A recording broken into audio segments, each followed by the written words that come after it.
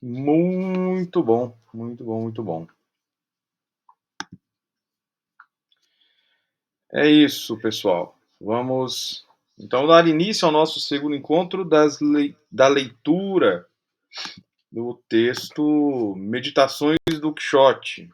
Não sei se vocês estão presentes aí, chegaram a iniciar a leitura, mas se não, a gente agora tem um momento para passarmos aí pelos elementos iniciais aqui que o Ortega traz no livro.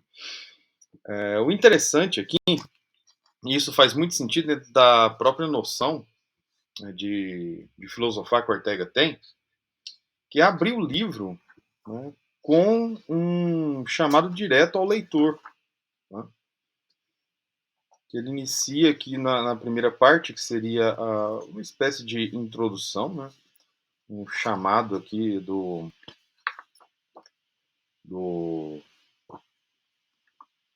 leitor para o texto que está vindo, e nós já entramos então dentro da esfera aqui do texto corrido, né?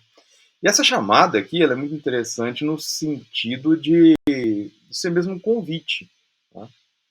O que o Ortega faz aqui é claramente chamar o leitor para percorrer um caminho com ele. E isso faz muito sentido a partir também do conjunto que nós vamos retomar posteriormente da filosofia dele, né? Esse é o primeiro livro, mas quando nós observarmos a obra dele já com uma considerável expressão aí durante o tempo, né? Quando ele retoma dentro das suas reflexões filosóficas o conteúdo do Meditações do Quixote, lá na década de 30 já, uns 15 anos depois aqui do livro publicado, a publicação do livro, a gente vai perceber que esse tipo de incitação, de chamado ao leitor, é algo muito importante para ele. Por quê? Porque a maneira como ele faz filosofia, né, a maneira como ele quer, né, demonstrar algo, ele não faz simplesmente uma descrição contínua e fecha todos os pontos. Né? Ele incita o leitor, ele incita aquele que divide com ele, né, no caso as meditações ou qualquer outra de suas obras, o próprio exercício de finalizar essa reflexão. Certo? Então, olhando aqui nesse primeiro livro, já é presente essa característica da filosofia dele, que é a participação ativa do leitor dentro das meditações, das reflexões que ele faz.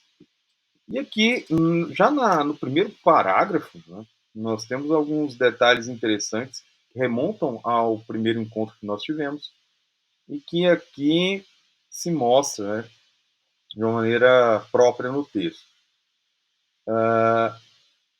Sob o título Meditações, anuncia este primeiro volume ensaios de vária lição e não muitas consequências, que vai publicar um professor de filosofia em Partibus Infidelium. Esse início aqui é uma observação do próprio Ortega do que ele está fazendo. Primeiro, uma meditação.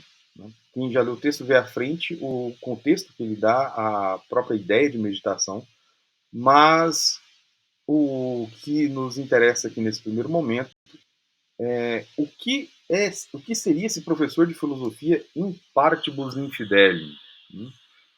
Então, primeiro a gente considera a realidade do Ortega, né, ali na Espanha dos anos 1914, que é um Ortega que busca revitalizar a filosofia espanhola, considerando que há muito já não se via uma publicação de certa importância dentro do país, né?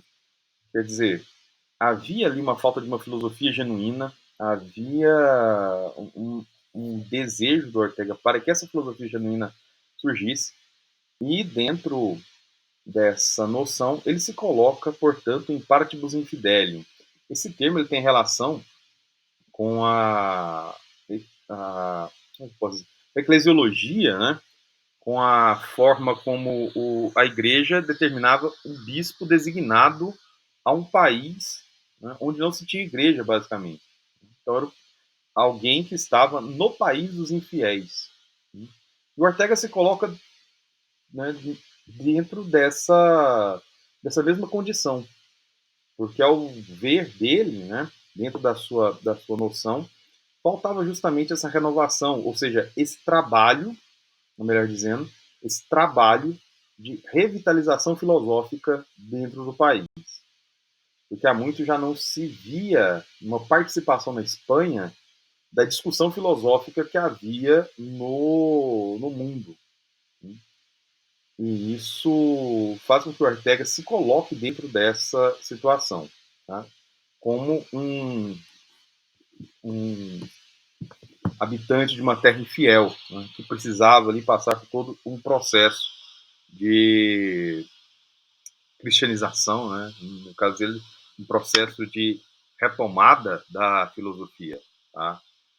Ele segue posteriormente, versam alguns como esta série de meditações do Quixote sobre temas de elevado alcance, outros sobre temas mais modestos, mais de um sobre temas humildes.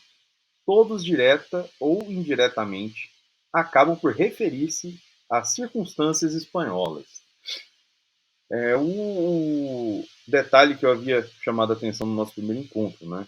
Quer dizer, o texto do Meditações do Quixote, antes de tudo, é um texto sobre a Espanha, sobre a condição da Espanha, sobre aquilo que o Ortega ele quer destacar dentro do país.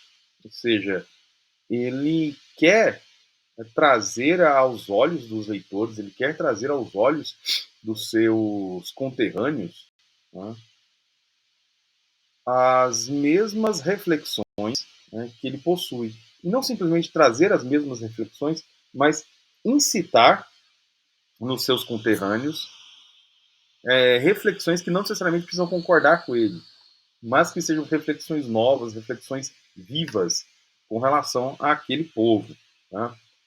E esses ensaios são para o autor, como a cátedra, o jornal ou a política, modos diversos de exercer a mesma atividade, de dar vazão ao mesmo afeto. Não pretendo que esta atividade seja reconhecida como a mais importante do mundo. Considero-me justificado perante mim mesmo ao advertir que é a única de que sou capaz. O afeto que ela me move é o mais vivo que encontro em meu coração. Ressuscitando o lindo nome que usou Spinoza, eu o chamaria de amor intelectualis. Trata-se, pois, leitor, de ensaios de amor intelectual. Ora, a atividade de filósofo para o Ortega era aquilo para o que ele se dedicava. Ou seja, a vida dele, desde quando ele se vê, né, como alguém que vai estudar filosofia e vai fazer filosofia, ou seja, tornar-se filósofo, é uma atividade para a qual ele se coloca e, portanto, ela seguirá como uma atividade vital, de importância fundamental para ele, e aquilo para o que ele se coloca. Além disso, né, além da atividade filosófica, de fazer filosofia, há também a sua atividade de professor, da qual ele não se desvincula, há também a sua atividade jornalística, né, que é inclusive um dos locais onde ele exerce a sua filosofia, e também na atividade política. Aqui podemos inclusive entender a política tanto na sua condição, né, mais íntima, que é o próprio trato social, a maneira de convivência em sociedade, a busca por esses critérios, né, de convivência ou das relações humanas, e também da atividade própria política, ah, envolvida ali em grupos, tá, partidos, etc. Ele chegou até a ser político por um tempo, mas não deu muito certo. Né? Ele não ficou muito bem dentro da posição de político. E quando ele se coloca, né, fazendo essas meditações, ou seja, promovendo essas meditações e entregando essas meditações a outros, é uma maneira de justificar-se a si mesmo. Em que sentido? Bom, ele deveria fazer isso. Né? Ele faz porque para ele é uma missão, é um dever. Não é?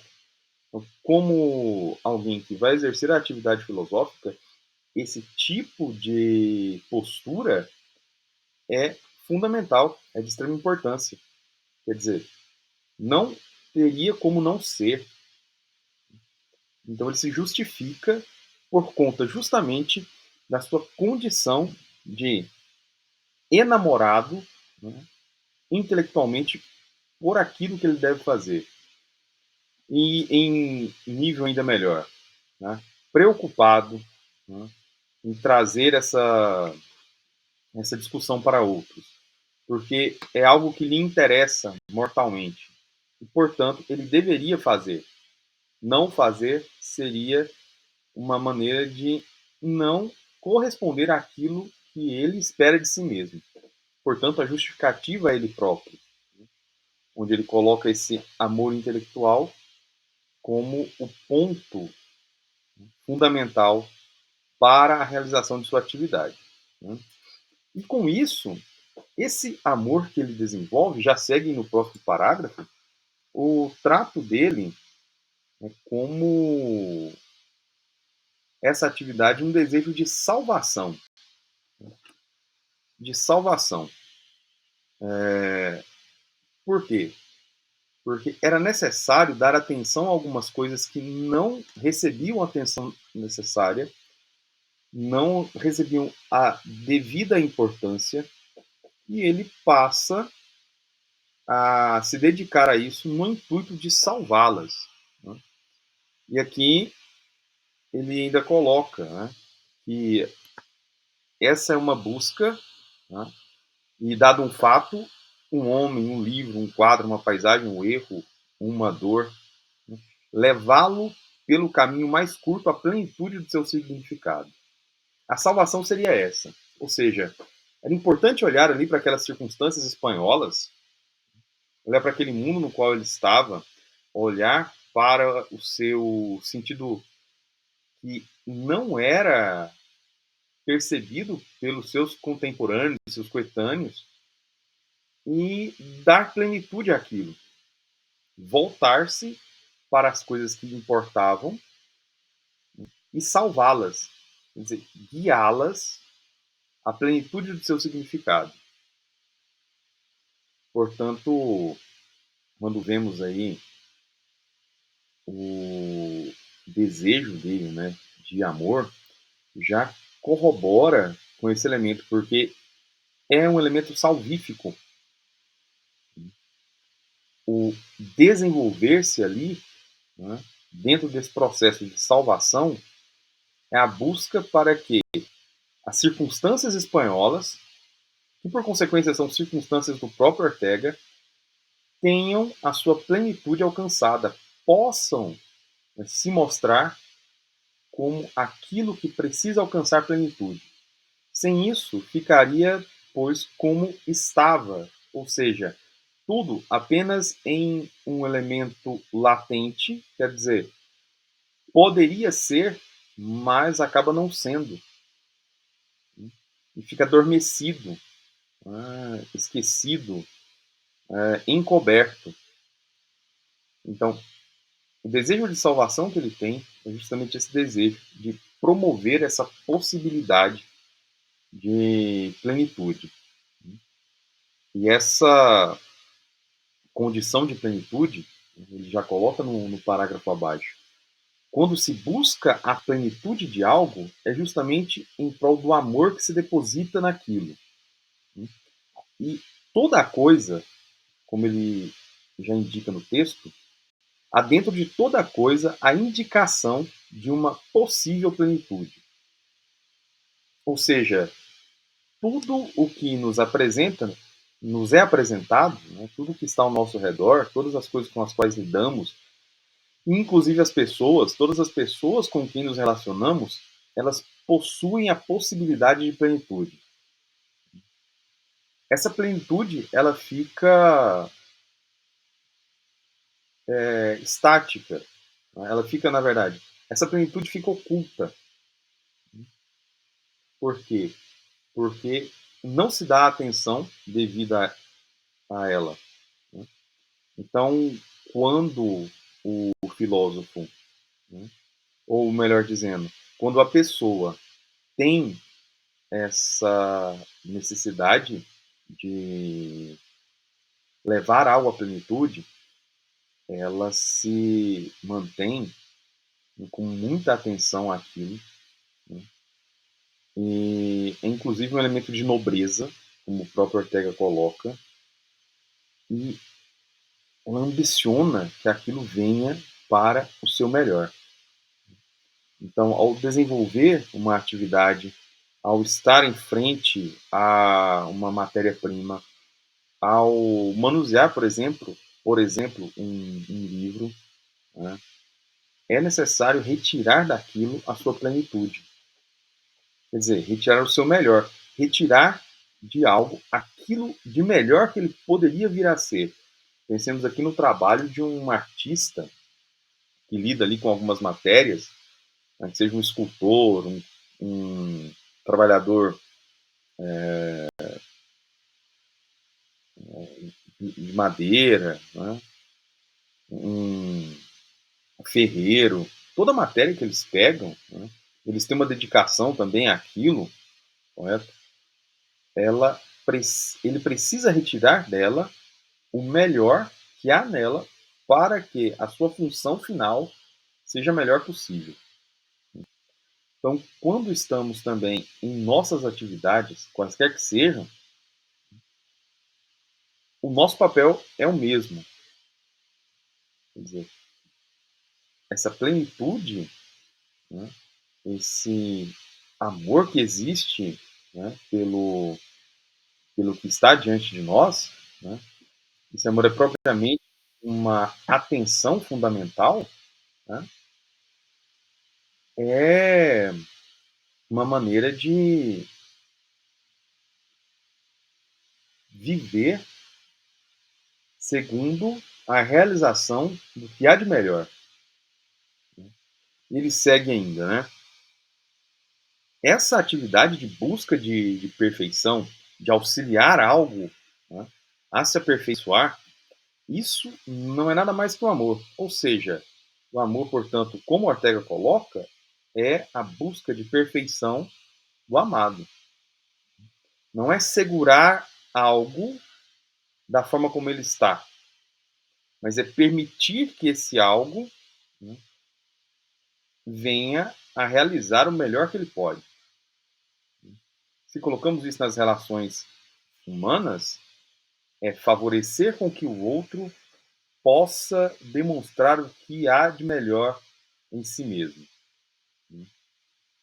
E dentro desse processo de salvação que ele propõe para a condição espanhola, ele chega a uma observação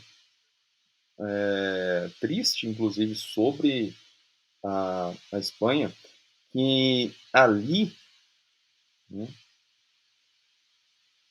se ficava dentro de uma realidade na qual não se reinava o amor, ou seja, o desejo pelo melhor, mas reinava ali o ódio.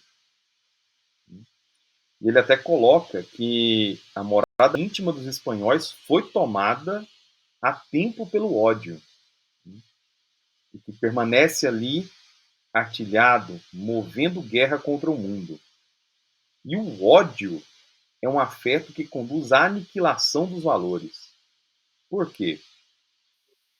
Enquanto o amor ele busca, né, a compreensão, ele busca a plenitude, o ódio ele é justamente aquilo que causa a aniquilação, a dispersão e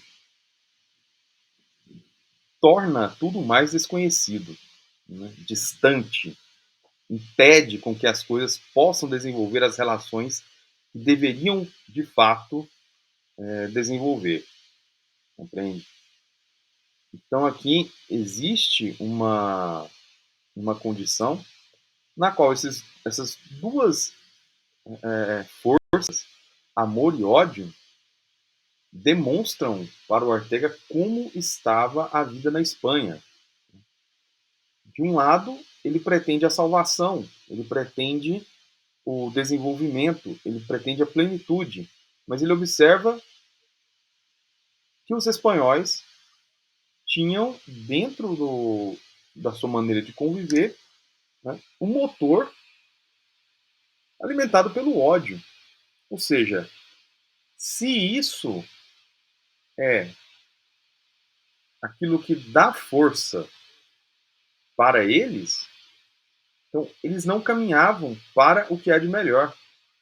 Porque o caminho, necessariamente, demanda a abertura para essa plenitude. E a abertura para a plenitude só é possível quando, ao invés de separar, isolar e aniquilar valores, né, se coloca o ódio como um elemento que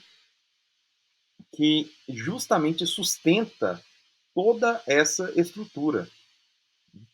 Porque não há ali meios de compreensão, não há meios de entendimento, de desenvolvimento, né? Há apenas separação e quebra, né? O universo do espanhol, portanto, era uma coisa rígida, seca, sórdida e deserta. Eram almas que atravessavam a vida em trejeitos amargos, suspicazes e fugitivas como pobres cães famintos. Eram pessoas que o mundo, né, estava já com uma característica estática e que não poderia vir a ser outra coisa senão aquilo que eles já estavam, né? Então, toda a sociedade colocada de uma maneira estática, pensada de uma maneira que não se desenvolvia, trazia para o Ortega a compreensão de que era esse ódio, né, o que alimentava aquilo que lá estava, né? Bom, nós vemos que o Ortega ele contrapõe isso, certo? Ele contrapõe isso mostrando que o amor é o contrário disso, porque o amor ele vai unir as coisas. E ele, quando lembra do amor como elemento de união, ele lembra que quando se fala em amar algo ou amar alguém, né, tudo aquilo que se ama se torna imprescindível. Você não consegue viver sem aquilo. Então, quando se dá essa atenção, quando se tem essa movimentação a partir do amor e não a partir do ódio, acontece que as coisas começam a tomar o seu sentido, né? Elas se expandem, elas se mostram, né? E nós conseguimos ver, né? Elas se mostram e nós conseguimos ver, e ao dar essa atenção a estarmos enamorados, né? Digamos assim, ao conseguir ficar dentro dessa esfera de perceber que essas coisas são imprescindíveis, né, nós tomamos a consciência, né, de que tudo o que está ao nosso redor, né, é um elemento que precisa de atenção. Esse elemento que precisa de atenção é justamente o, o nosso viver junto ao que está conosco. E pensar em tudo isso que está conosco a partir, né, da condição de amante. Quer dizer, se temos atenção, se procuramos salvar, se buscamos a plenitude daquilo tudo, existe, pois, o amor, existe, pois, a percepção de que essas coisas são indispensáveis, né, e são necessárias para a nossa própria existência. E segue o Ortega mencionando que quando quando nos colocamos nessa posição, né, nós passamos a ver as coisas de maneira inteira. Né? E quando algo é visto né, de forma completa, inteira, sem fragmentação, sem estar quebrado, sem estar perdido, né, o valor próprio de cada coisa se coloca. Então, todo movimento que ele propõe de salvação, lá no princípio, que está relacionado com essa doutrina do amor que ele possui, né, é a busca pela percepção das coisas na sua plenitude, né, dentro do seu caráter completo, né, e, por consequência, encontrar nessas coisas o que há de valor, o que há de mais importante, né, o que há de fundamental, imprescindível nelas, ou seja, o que ela vale por si mesma. Né? E esse por si mesma não é de maneira isolada, mas é o seu valor dentro do encadeamento, né, de tudo quanto há. E essa coisa, ou essa pessoa que nós despendemos, né, toda essa atenção e buscamos, né, relacioná-la, buscamos entendê-la, buscamos sua plenitude, ela mostra, pois, esse valor dentro da totalidade das coisas que estão disponíveis aí. Né? Essa primeira parte ele vai encerrar mostrando que a inconexão é um aniquilamento, ou seja, o que o ódio faz, né, que é não permitir a conexão, né, entre as coisas, né, é justamente aniquilá-las. O ódio fabrica a inconexão, né, o ódio isola e desliga, atomiza o orbe e pulveriza a individualidade. Aí arremata: nós, espanhóis, oferecemos à vida um coração blindado pelo rancor, e as coisas ricocheteando nele são repelidas cruelmente. Essa doutrina do rancor é uma influência tanto de Nietzsche quanto de Max Scheler. Né? Se não me engano, também tem uma referência a Dilthey dentro dessa noção de rancor. Deixar-me só confirmar aqui.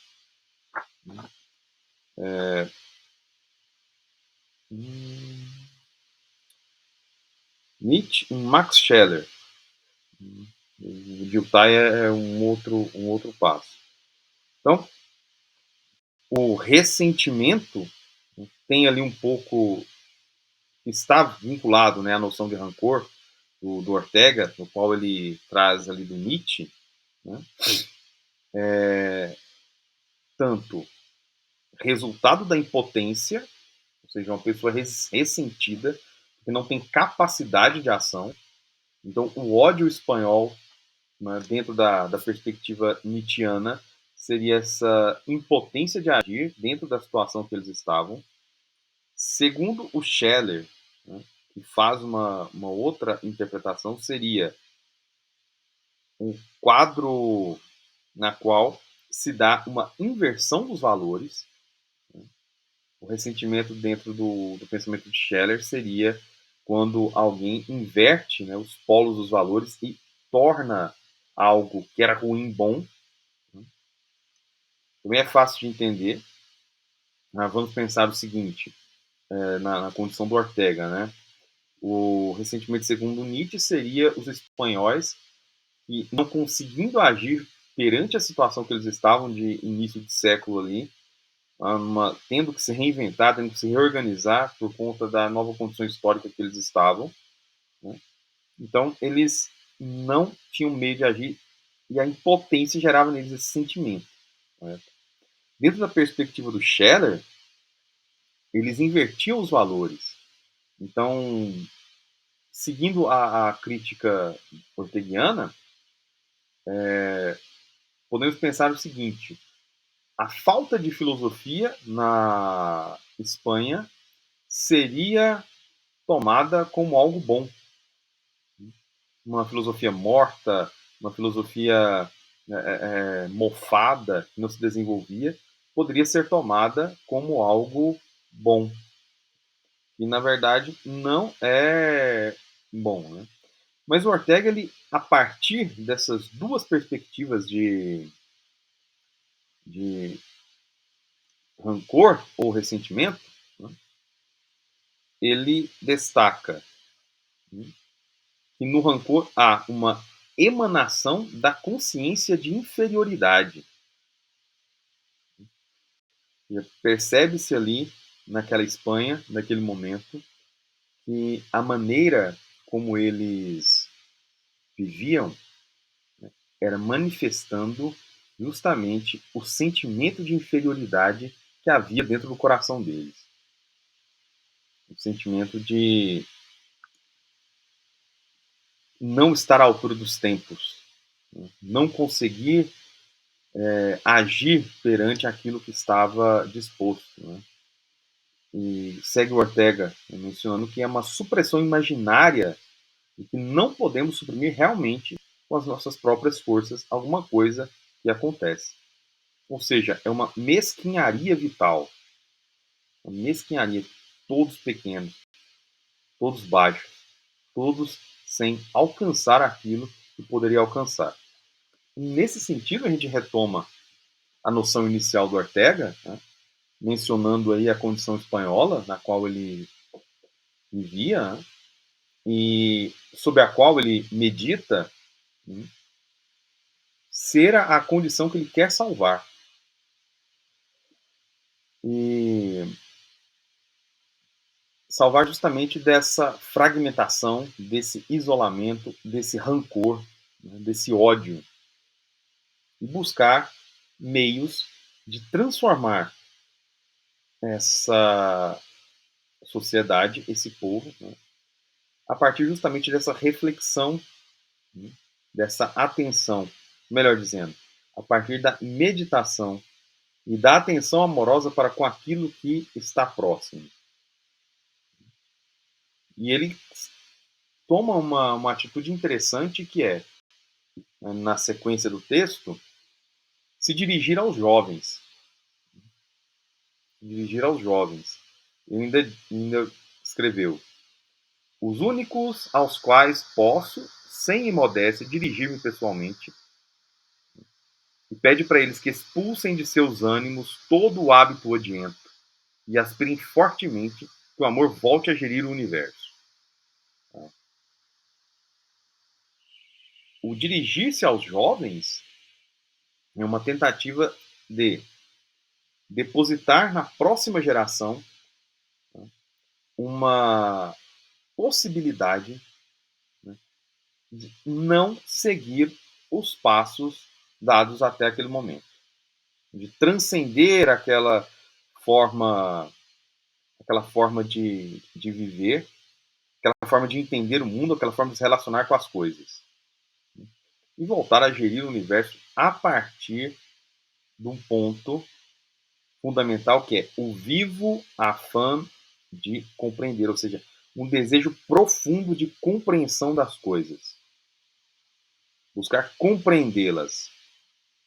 E a compreensão não é uma perspectiva imoralista, ou seja, quero compreender tudo, então tudo vale e tal. Não. Ele se coloca justamente contrário a esse tipo de subjetivismo que permite que qualquer coisa seja moralmente aceita. Ele busca justamente questões morais elevadas. O afã de compreensão é propriamente entender o que as coisas são.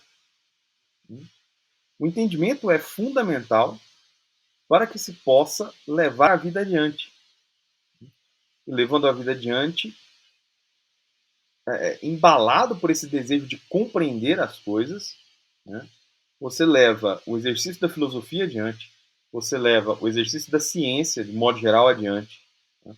A atividade humana, né, no mundo, ela é melhor realizada considerando o desejo de compreensão que não pode ser negligenciado. Então, esse, sem essa virtude, né, sem esse desejo virtuoso de compreender de fato o que está acontecendo, falta, pois, a forma de uma vida que tenha, né, base na pretensão de salvação, ou seja, dentro de uma teoria do amor, segundo o que o Ortega coloca. E ele até volta aqui a Platão, né, menciona aqui em seus textos, ele retira, né, do texto justamente a observação que há nesse diálogo um termo que é loucura de amor, erotiquemania. Né? E ali está, pois, de onde ele ordena essa maneira própria de entender, né? Esse afã de compreensão. E escreveu mais abaixo: eu desconfio do amor de um homem a seu amigo e a sua bandeira quando não o vejo esforçar-se por compreender o inimigo ou a bandeira hostil. Né? Se não há, dentro da percepção do Ortega, né, uma vontade de compreender, né, o que é o outro lado, compreender aquilo que é depositado, tá, como hostil, né, como problemático, e ele não se lança à compreensão daquilo, é impossível se dizer que há um amor por algo, porque falta o desejo de compreensão. Ah, mas ele compreende o amigo, compreende alguma outra coisa, mas ele quer isolar aquilo. Esse isolamento é parte do ódio, é parte do ressentimento. Ou seja, se ele levanta guerra contra alguma coisa, ele tem que compreender o que é aquilo.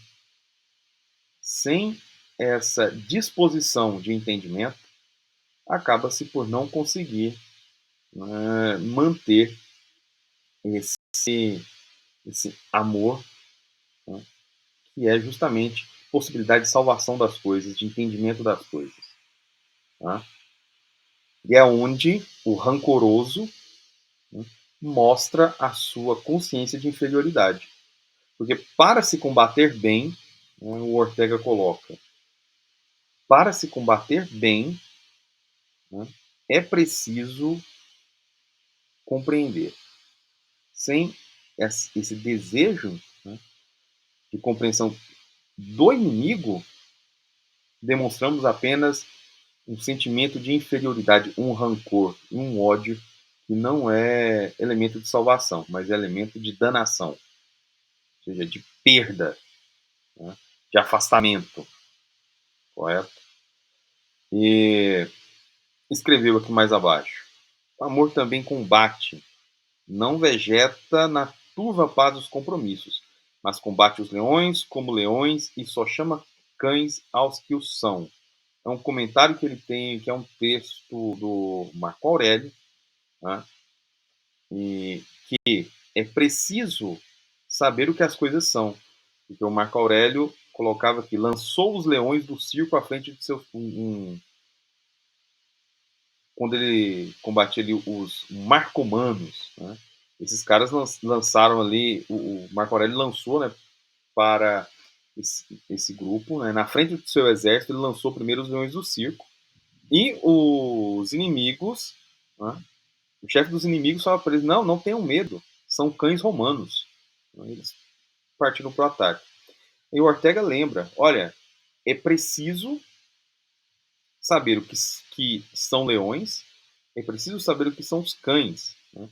Combater leões com leões e cães com cães. Dar às coisas aquilo que lhes compete, sem a perspectiva, né, de estar aberto a conhecer, não se pode fazer esse real combate. É um combate que se perde. A luta com um inimigo a quem se compreende é verdadeira tolerância, porque você sabe de fato o porquê e está combatendo. Não tem meios termos, não tem susto no meio do caminho. Né? A atitude própria de toda alma robusta deveria ser combater aquilo que realmente ele compreendeu. Né? O que está envolvido naquilo. É de onde ele encerra aqui mais um trecho, né, com as seguintes observações. Por que é tão infrequente em nossas raças esse tipo de comportamento, né? Combater aquilo que se compreende? José de Campos, pensador do século XVIII, cujo livro mais interessante descobriu Azorín, que é um outro autor espanhol da geração de 98. Esse José de Campos escrevia: as virtudes de condescendência são escassas nos povos pobres, quer dizer, nos povos débeis. Então é preciso, para levantarmos uma, uma luta, né, uma guerra que seja, é preciso compreensão. Claro, para tudo aquilo que nos importa, é necessário cada vez mais compreensão, cada vez mais desejo de plenitude, cada vez mais um esforço para que o melhor de tudo venha à tona. Correto? Há alguma questão? Senão, fico só eu aqui falando e não seguimos.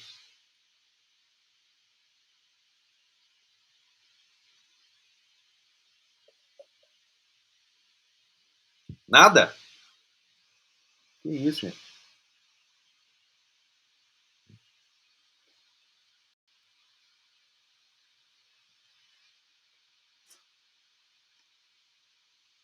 Chegou uma pergunta aqui dos, é, é, fala, dos ouvintes aqui ao vivo.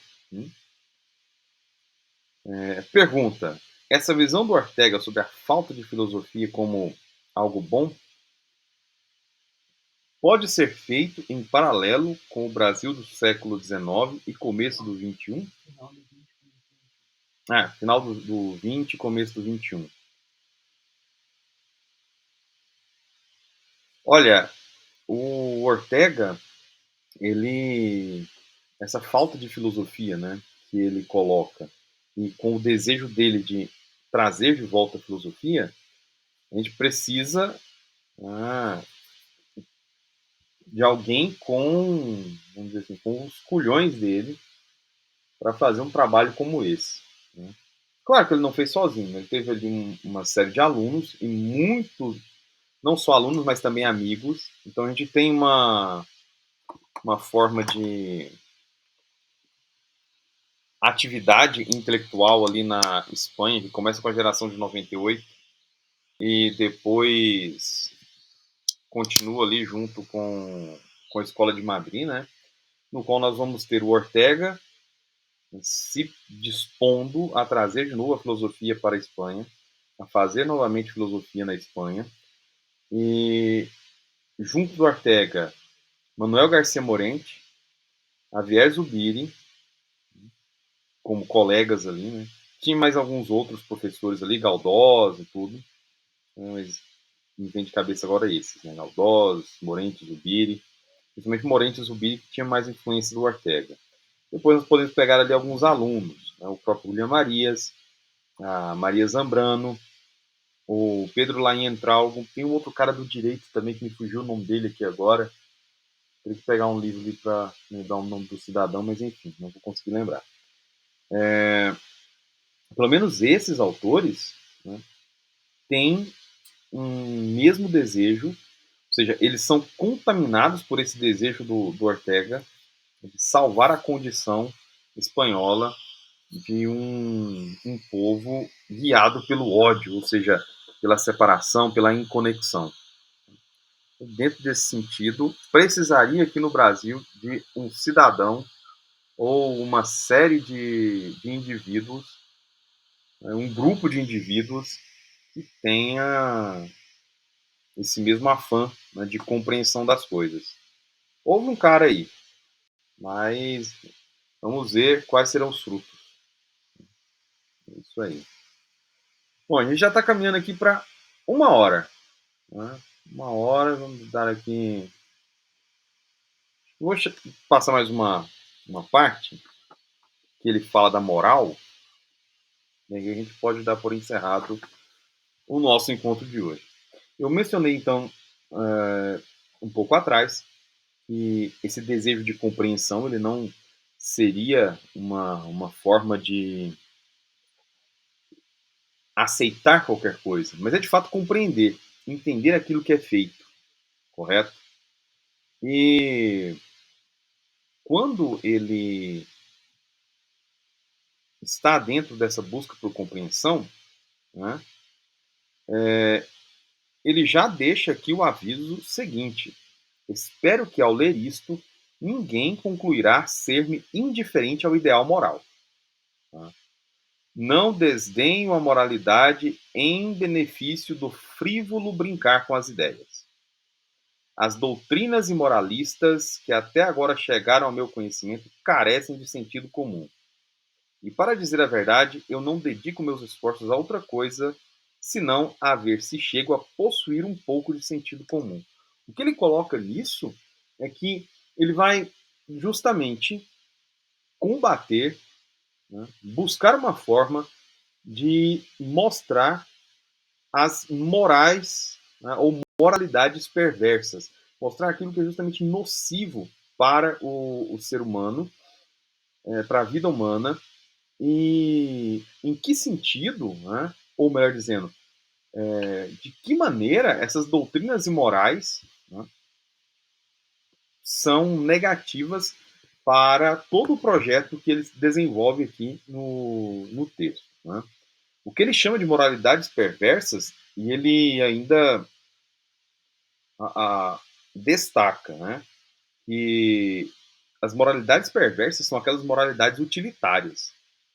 A moralidade utilitária vem a ser aquela que tem um caráter e vai buscar em algo apenas aquilo que é interessante.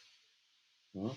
Ou seja, dentro de uma visão de moral utilitarista, a relação entre as pessoas, né, deve ser mantida dentro de um critério no qual, se aquela pessoa, né, pode colaborar comigo de alguma maneira, então eu mantenho, né, alguma relação com ela. Agora, se é só um amigo, né, para bater papo e não sei o quê, então isso daí não me interessa. Vou apenas usar dele o que eu preciso e depois descarto. A noção dele é justamente a percepção de que isso aí é imoral. Né? O utilitarismo é uma moralidade perversa. E o interessante é que, considerando a característica dele de nos chamar, né, para, junto da leitura, fazermos as nossas devidas conclusões, né, que partem das conclusões dele, porque nós estamos dentro de um processo de meditação, correto? As morais, as formas de moral que temos no século XX, né, principalmente com o que vem ali para sustentar as grandes guerras e os movimentos que surgem no pós-guerra, né, de várias características, são todas moralidades utilitaristas. E, portanto, temos aí um grave problema para resolver. E continua, né, no texto: é falso e inumano, é imoral filiar a rigidez aos traços fisionômicos da bondade. Isso aqui é interessante, porque um bom moralista, né, apesar de compreender, né, de uma forma lógica o funcionamento da, da ética, né, como uma ciência, né, dentro de um campo da filosofia, e tem ali as suas formas próprias de ser estudada e tudo mais, um estudo dos atos humanos, do melhor agir humano. Um moralista, que seria a pessoa dedicada ao estudo da moral, ou que em algumas obras, em textos importantes, destacam, né, questões morais, o moralista ele não possui essa inflexibilidade mortal. O bom moralista ele sabe perceber, né, a necessidade de melhorar no trato com a pessoa, ou seja, de agir bem e de conseguir auxiliar, né, a pessoa, né, ou o grupo de pessoas que passa por algum problema. Ou seja, isso é um traço de bondade. Né? Isso é um traço de bondade. É a isso que o Ortega chama atenção. Não ser um legalista, correto? Um positivista que a letra da lei se mostra como algo imutável, né? Como um dogma fundamental, né? Sobre elementos transcendentes religiosos que não podem ser alterados. Mas ao lidar, né, com as pessoas, né, não confundir, escreve Ortega, o bem com o cumprimento material de normas legais, de uma vez para sempre adotadas. Não confundir o bem com o cumprimento material de normas legais. Não ser legalista. Né? Ser um positivista chato, correto? Nesse sentido, é importante levantar, então, essa percepção da moral. Ou seja, ter uma noção de compreensão, né, do, do ato realizado, das coisas que são realizadas, e quando se compreende, analisa, medita, dá atenção, e só depois disso, né, conseguir fazer bons julgamentos. Né? E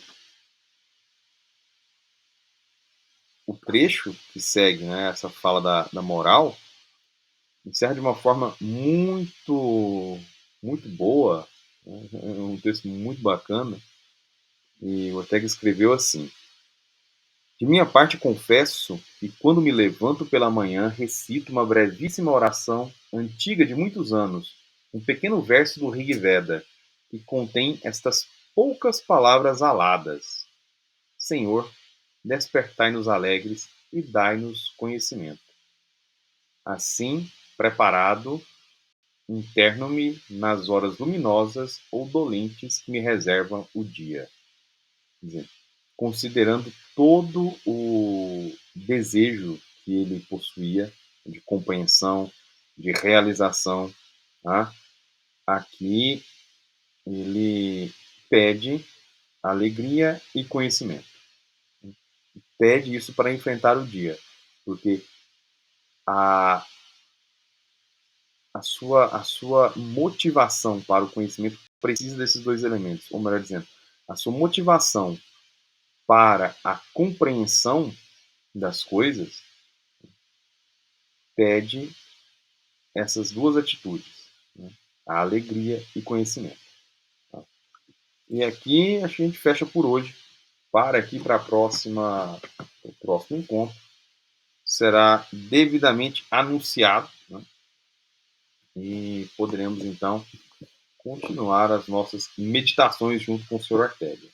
Se tiver mais alguma questão, fique à vontade. Se não, já deixamos aqui, né, o nosso fim. E aí?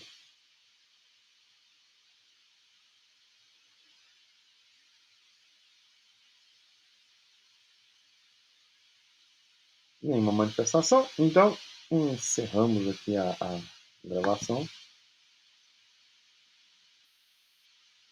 Encerra a gravação.